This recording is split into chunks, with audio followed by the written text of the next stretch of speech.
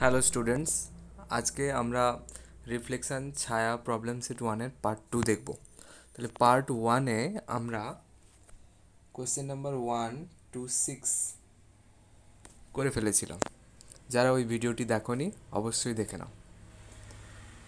ঠিক আছে, এবার চলো শুরু করি।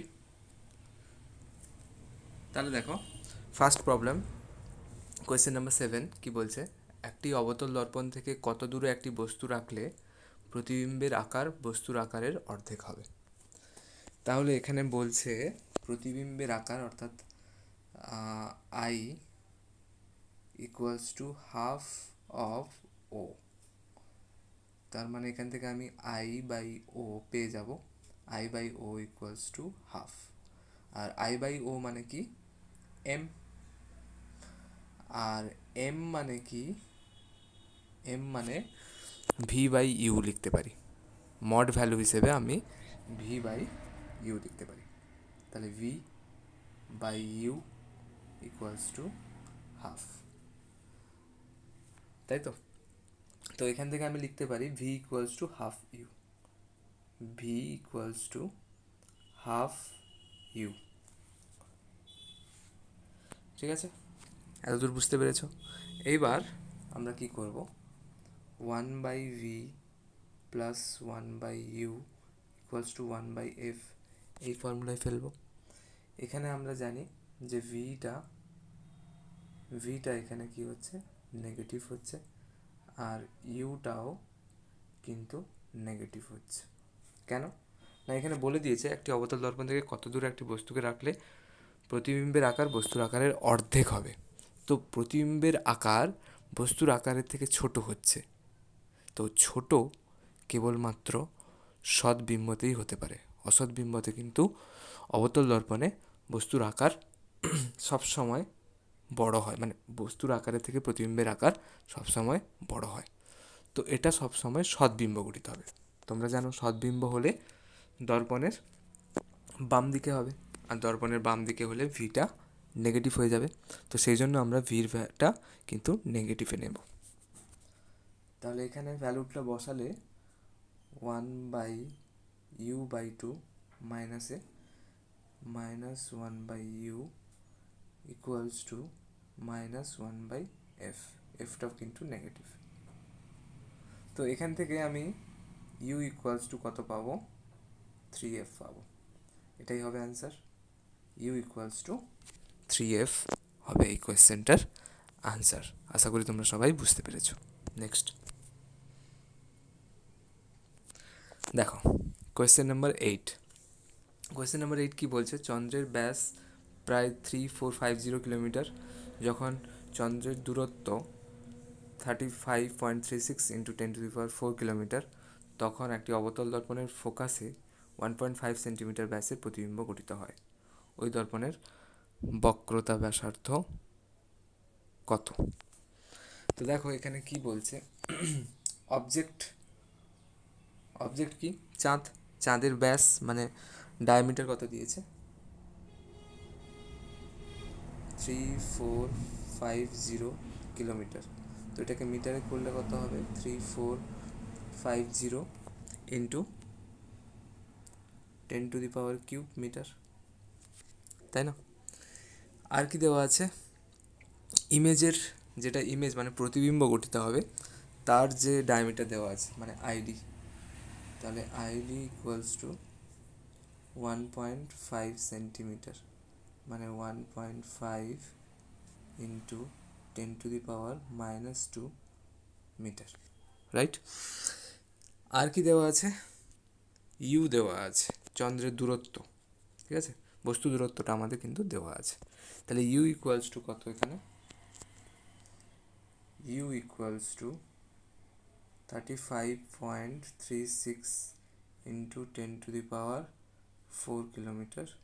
এটার মানে হলো 35.36 ইন্টু 10⁻⁷ মিটার। তো এই ইনফরমেশানগুলো কিন্তু আমাদের দেওয়া আছে। এখান থেকে আমাদের বের করতে কি হবে না, ওই দর্পণের বক্রতা ব্যাসার্ধ কত ওটা বের করতে হবে। সবসময় খেয়াল রাখবে এখানে কিন্তু ভিটা মানে বস্তু দূরত্বটা বের করলে কিন্তু আমরা বক্রতা ব্যাসার্ধ ওখান থেকে পেয়ে যাবো। কেন না বস্তু দূরত্ব বলছি, প্রতিবিম্ব দূরত্ব, কারণ প্রতিবিম্বটা কোথায় গঠিত হয়েছে, ফোকাসে গঠিত হয়েছে, এটা কিন্তু খেয়াল রেখো।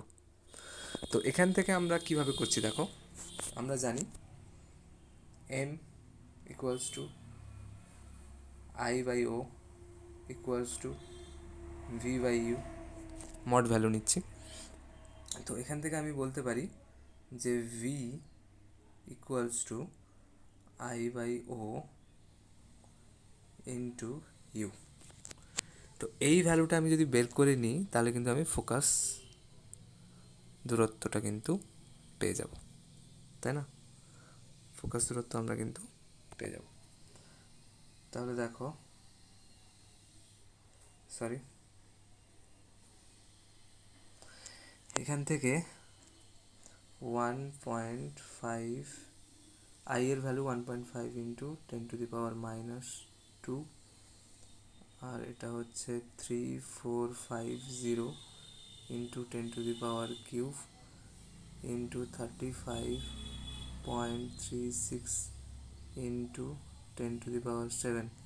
তো এটার ভ্যালুটা কাছাকাছি কত আসবে, 1.53 মিটার, যেটা অলমোস্ট ইকুয়ালস টু তুমি লিখতে পারো 1.5 মিটার। তো এটাই কিন্তু আমরা এফের ভ্যালু পেয়ে যাব। তাহলে আমরা এফের ভ্যালু কত পাচ্ছি, এফের ভ্যালু আমরা কিন্তু পাচ্ছি 1.5 মিটার। তো এফের ভ্যালু যদি আমি 1.5 মিটার পাই, সেখান থেকে আর এর ভ্যালু আমি লিখতে পারি যে 3 মিটার হবে। তো এটাই হয়ে যাবে আমাদের অ্যান্সার, ফাইনাল অ্যান্সার এটা কিন্তু আমাদের হয়ে যাবে। এরপর নেক্সট দেখো, এই টাইপের অঙ্কটা কিন্তু আমরা আগের দিনও করেছিলাম। প্রবলেম নাম্বার 1 যেটা ছিল ওটা কিন্তু একই রকম টাইপের ছিল। তো তবুও আমি তোমাদের এই অঙ্কটা কিন্তু করে দিচ্ছি। দেখো, কোনো গ্রহ একটি অবতল দর্পণের মেরুতে এত কোণ উৎপন্ন করে, দর্পণটি গ্রহের যে প্রতিবিম্ব গঠন করে তার ব্যাস এত, অবতল দর্পণের বক্রতা ব্যাসার্ধ নির্ণয় করো। তো আমাদের ফার্স্ট অ্যান্ড ফরমোস্ট কাজ যেটা হবে যে এই 6/π মিনিট যেটা আছে ওটাকে কিন্তু আমাদের ডিগ্রিতে কনভার্ট করতে হবে, আর ডিগ্রি থেকে রেডিয়ানে কনভার্ট করতে হবে। তো আমরা জানি যে 1 ডিগ্রি ইকুয়ালস টু 60 মিনিট, তার মানে 60 মিনিট ইকুয়ালস টু 1 ডিগ্রি। তো 1 মিনিট ইকুয়ালস টু 1/60 ডিগ্রি। তো 6/π minute equals to 1/60 into 6/π degree, কত হবে 1/10π, রাইট? 1/10π হবে। এবার এটাকে যদি রেডিয়ানে কনভার্ট করি তাহলে 1/10π, এটা ডিগ্রিতে আছে, যদি রেডিয়ানে কনভার্ট করি তাহলে কত হবে, π/180 ইন্টু 1/10π, পাই ক্যান্সেল আউট হয়ে যাবে, তাহলে 1/1800, এটা কিন্তু রেডিয়ানে আছে, ঠিক আছে? তো আমরা কিন্তু কোনটা পেয়ে গেলাম। এবার আমি আগের দিনও ছবিটা এঁকেছিলাম, আজকেও যদি তোমরা চাও তো এঁকে দিচ্ছি। দেখো কি হয়েছিল, এখানে যদি ধরো চাঁদ বা কিছু, এখানে কি বলেছিল, গ্রহ বলেছিল, রাইট? তো ওই গ্রহ থেকে যখন এখান থেকে আসছে এইরকম প্রতিবিম্ব গঠিত হচ্ছে, তাই না? তো এখান থেকে এই অ্যাঙ্গেলটা আমরা পেয়ে গেছি। তাহলে এটা যদি সমকোণী ত্রিভুজ, এটা সমকোণী ত্রিভুজ ধরে নিই, এই সমকোণী ত্রিভুজটা, তাহলে এটা আমাদের দেওয়া আছে, এটা যদি আমি ডি ধরে নিই, ক্যাপিটাল ডি আমি যদি এটা ধরে নিই, এর ব্যাসটাকে, গ্রহের ব্যাসটাকে ক্যাপিটাল ডি, আর এই বস্তু দূরত্বটাকে যদি আমি ইউ ধরে নিই, তাহলে এখানে ট্যান থিটা ইকুয়ালস টু চলে আসবে,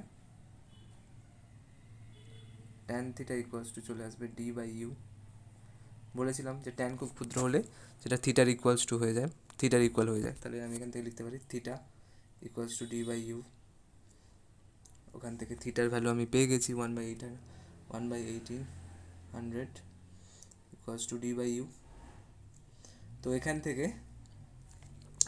ইউ এর ভ্যালুটা আমরা কত পাচ্ছি? ইউ এর ভ্যালুটা আমরা পাচ্ছি u equals to 1800 d, 1800 d. ঠিক আছে, এবার স্মল ডি কত দেওয়া আছে? স্মল ডি দেওয়া আছে 4 মিলিমিটার, মানে 4 ইন্টু 10⁻³ -3 মিটার, রাইট? এইবার এম ইকুয়ালস টু কী হবে? এম ইকুয়ালস টু হয় আই বাই ও হয়। এখানে আইটা আমরা কী নিয়েছি? যে ব্যাস নিয়েছি, ইমেজের যে ব্যাস সেটা স্মল ডি নিয়েছি। তাহলে small D by capital D equals to কী হয়? ভি বাই ইউ হয়। তো এটা লিখতে পারি। তো এখান থেকে আমি লিখতে পারি যে 4 into 10⁻³ by capital D equals to v by 1800 d. তো ডি আর ডি ক্যান্সেল আউট হয়ে গেল। এখান থেকে আমরা ভি এর ভ্যালুটা কত পাচ্ছি? ভি এর ভ্যালুটা কিন্তু আসবে, ক্যালকুলেট করে দেখো, 7.2 মিটার আসবে। 7.2 মিটার কিন্তু আসবে। তার মানে আমি এখানে বলেছিলাম, দেখো এখানে ইমেজটা কোথায় গঠিত হচ্ছে? ফোকাসে গঠিত হচ্ছে। তার মানে যেটা ভি পেয়েছি ওটাই কি হয়ে যাবে? এফ হয়ে যাবে। তাহলে এখান থেকে এফ ইকুয়ালস টু 7.2 মিটার। আর এফ যদি 7.2 মিটার হয় তাহলে আর ইকুয়ালস টু কত হয়ে যাবে? 14.4 মিটার। ডবল তো হয়, তাই না? আর ইকুয়ালস টু 2F, এটা তোমরা সবাই জানো। তাহলে এখান থেকে আমরা কিন্তু অ্যান্সারটা পেয়ে গেলাম। আশা করি তোমরা বুঝতে পেরেছো।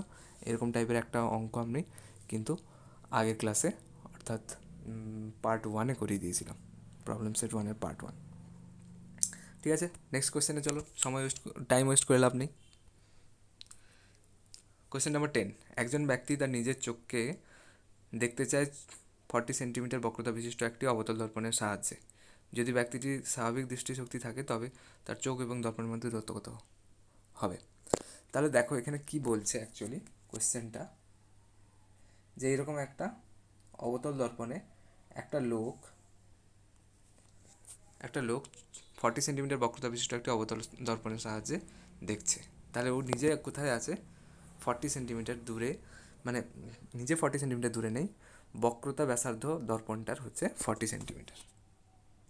ঠিক আছে, সি ইকুয়ালস টু, এখানে সি এটা এফ, তো এখানে আর ইকুয়ালস টু তোমার দেওয়া আছে 40 সেন্টিমিটার। তাহলে এফ ইকুয়ালস টু হচ্ছে 20 সেন্টিমিটার। তো এইখানে কোয়েশ্চেনটা বোঝার কাছে সব, এখানে কিন্তু কোনো কিছু ইয়ে নেই। এখানে কোয়েশ্চেনটা একটু ঘুরিয়ে দিয়েছে, একটু শব্দ নিয়ে খেলেছে, ওটাই আর কিছু না। তো এখানে বলেছে অবতল দর্পণে আমরা কখন নিজের প্রতিবিম্ব দেখতে পাবো। আচ্ছা খেয়াল করো, প্রতিবিম্ব আমরা তখনই দেখতে পাবো যখন কিন্তু লোকটা যেখানে আছে, যেখান থেকে দেখছে, সেখানেই যদি আবার প্রতিবিম্ব গঠিত হয়,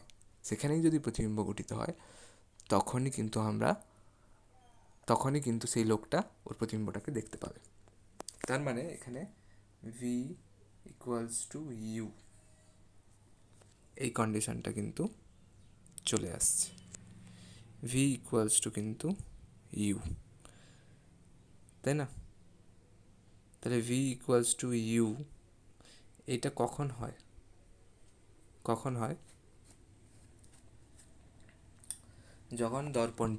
যখন বস্তুটিকে আমরা সি পয়েন্টে রাখি তখন কিন্তু ভি ইকুয়ালস টু ইউ হয়।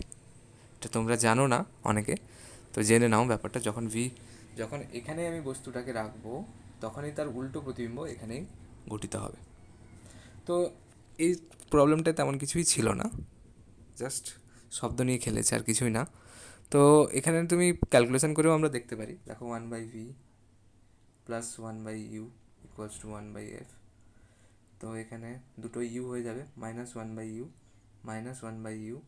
Equals to minus 1/f। তো এখান থেকে 2/u ইকুয়ালস টু 1/f বা u ইকুয়ালস টু 2f। তো 2 ইন্টু 20 ইকুয়ালস টু 40 সেন্টিমিটার। ঠিক আছে, তাহলে তুমি ইউ পেয়ে যাচ্ছ 40 সেন্টিমিটার। তো এটা তেমন কিছুই ছিল না, শব্দ নিয়ে একটু খেলা ছিল আর কিছু না। তো নেক্সট দেখো কোয়েশ্চেন নাম্বার 11। 5 সেন্টিমিটার দীর্ঘ একটি বস্তুকে 40 সেন্টিমিটার বক্রতা ব্যাসার্ধ বিশিষ্ট একটি অবতল দর্পণের সামনে 2 মিটার দূরত্বে রাখা হলো। প্রতিবিম্বের দৈর্ঘ্য নির্ণয় করো। তাহলে এখানে কি দেওয়া আছে? ও দেওয়া আছে, ও ইকুয়ালস টু 5 সেন্টিমিটার। বক্রতা ব্যাসার্ধ দেওয়া আছে, এখান থেকে এফ পেয়ে যাবো, এফ ইকুয়ালস টু আমার 20 সেন্টিমিটার। অবতল দর্পণের সামনে 2 মিটার দূরত্বে রাখা হলো, মানে আমার বলছে ইউ দেওয়া আছে। ইউ কত দেওয়া আছে? 200 সেন্টিমিটার। এই ইনফরমেশানগুলো আমার দেওয়া আছে। তাহলে এখান থেকে আমি সহজেই ভি এর ভ্যালু বের করতে পারবো। ভি এর ভ্যালু কীভাবে বের করছি দেখো। তাহলে 1/v plus 1/u equals to 1/f। তো এখানে 1/v minus 1/200 equals to minus 1/20। Minus কেন হচ্ছে বুঝতে পারছো? ইউ আর এফ এগুলো কিন্তু নেগেটিভ হয় অবতল দর্পণের ক্ষেত্রে। এখান থেকে ভি এর ভ্যালু যেটা আসবে, V equals to minus 200/9, minus 200/9। তো এখান থেকে আমি জানি যে এম ইকুয়ালস টু কী হয়, I/O ইকুয়ালস টু V/U হয়, তাই তো? তো এখান থেকে আমি লিখতে পারি I equals to V/U into O. তাহলে আমরা জানি ভি জানি, ইউ জানি, ও জানি, ওগুলো বসিয়ে দিলেই হয়ে গেল। তাহলে 200/9/200 ইন্টু ও হচ্ছে 5। তো এটা ক্যালকুলেট করে দেখবে 0.55 সেন্টিমিটার। এটাই আসবে তোমাদের অ্যান্সার, 0.55 সেন্টিমিটার। এটাই হবে কিন্তু কোয়েশ্চেন নাম্বার 11-এর অ্যান্সার। Next question number 12। তাহলে কোয়েশ্চেন নাম্বার 12-এ কী বলছে? এফ ফোকাস দৈর্ঘ্যের কোনো গোলীয় দর্পণের মুখ্য ফোকাস থেকে এক্স দূরত্বে একটি বস্তুকে রাখা হয়েছে। তাহলে গোলীয় দর্পণের ফোকাস আছে, ফোকাল পয়েন্ট আছে, এখান থেকে এক্স দূরত্বে বস্তুকে রাখা হচ্ছে। তাহলে এটার ডিস্টেন্সটা কত হয়ে গেল? এফ প্লাস এক্স হয়ে যাচ্ছে, তাই না? তাহলে আমার ইউ হয়ে যাচ্ছে এফ প্লাস এক্স। যদি উইথ সাইন বসাই তাহলে একটা সামনে নেগেটিভ আসবে, মাইনাস। তাহলে আরেকটা আমি তোমাদের অফলাইনে যাদেরকে পড়িয়েছি ওদের পড়িয়েছি, এম ইকুয়ালস টু একটা ফর্মুলা আসে, f by F minus u. ঠিক আছে, এটাকে যদি তুমি উইথ সাইন বসাও বা উইদাউট সাইন বসাও কোনো প্রবলেম নেই, তবে উইথ সাইন বসাই তাহলে এফটা নেগেটিভ হয়, minus F by minus f minus of minus f minus x চলে আসবে। তো এটাকে ক্যালকুলেট করে দেখবে ফাইনাল অ্যান্সার কী আসবে, মাইনাস এফ বাই এক্স। তাহলে এই যে ফর্মুলাটা, এটা কিন্তু জানা ইম্পর্টেন্ট। এই ফর্মুলাটা যদি তুমি জানো তাহলে অঙ্কটা খুব সহজেই হয়ে যাবে। তাহলে ফাইনালি আমার অ্যান্সার কী আসছে, m equals to minus F by x. যদি মড ভ্যালু নাও তাহলে m equals to f by x আসবে। বইতে অ্যান্সারটা কোথায়, এফ বাই এক্সই আছে। ঠিক আছে, সহজ ছিল। নেক্সট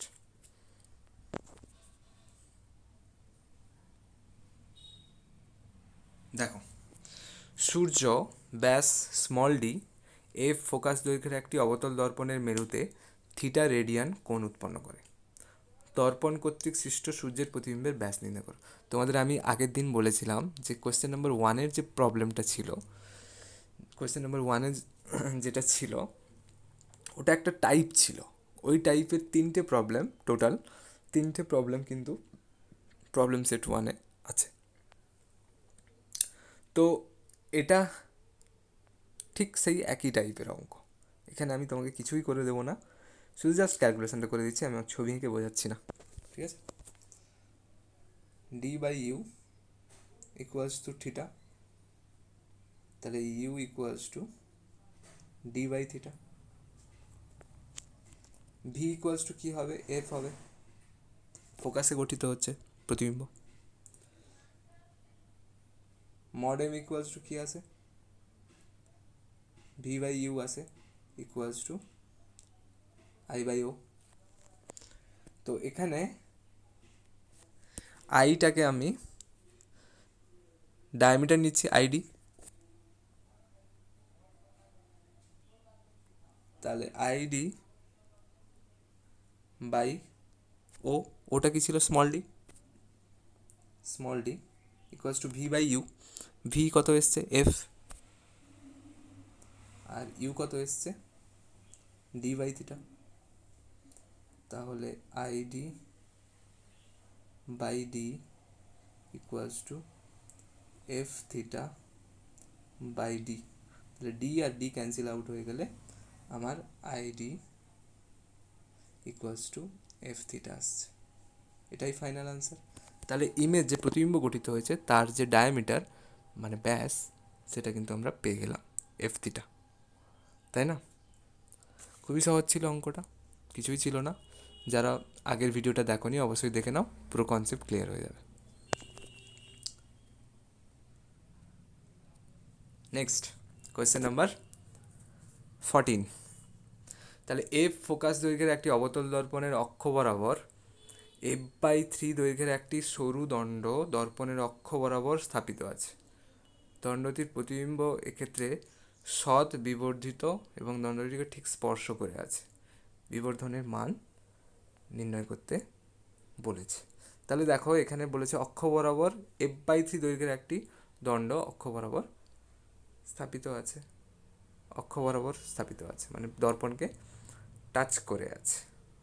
তাহলে আমি এখান থেকে বলতে পারি যে u equals to, with sign যদি লিখি minus F by 3, minus F by 3। এখান থেকে আমাদের কি বের করতে বলেছে, বিবর্ধনের মান। বিবর্ধনের মান আমরা কি করে, আমরা একটা ফর্মুলা জানি, m equals to f by F minus u. তাহলে এটাতে যদি উইথ সাইন বসাই তাহলে এফের জায়গায় মাইনাস এফ আসবে, উইথ সাইন যদি বসাই এফের জায়গায় মাইনাস এফ, এখানেও মাইনাস এফ, মাইনাস মাইনাস কী হয় ইউ, ইউ এর আবার মাইনাস এফ বাই 3, তাহলে মাইনাস এফ বাই 3। তাহলে এটা কি চলে আসবে, F by F minus F by 3। মাইনাসগুলো কমন নিয়ে কেটে দিয়েছি তাই এরকম এলো। তাহলে এফ বাই 2f বাই 3 মানে 3/2, F R F cancel out হয়ে যাবে না, তাহলে এটা ফাইনাল অ্যান্সার এলো 1.5। তাহলে ফাইনাল অ্যান্সার যেটা আসবে এম ইকুয়ালস টু 1.5। তো এইগুলোর মধ্যে কিছু কিছু অঙ্ক বেশ কনসেপচুয়াল ছিল যেগুলো স্বাভাবিকভাবে স্টুডেন্টরা পারে না, কিন্তু ওইগুলোকে যেটা করতে হবে যে বারবার করে প্র্যাকটিস করতে হবে আর বুঝতে হবে, ভালো করে বুঝতে হবে। অন্ধের মতো প্র্যাকটিস করলেও সেটা কিন্তু লাভ দেবে না। যেটা করতে হবে ভালো করে বুঝতে হবে, তারপর প্র্যাকটিস করতে হবে। স্টুডেন্টস, আশা করি তোমাদের এই ভিডিওগুলো ভালো লাগছে। ভালো লাগলে অবশ্যই লাইক করো আর আমার চ্যানেল সাবস্ক্রাইব করো আর ঠিক করে পড়াশুনো করো। Thank you.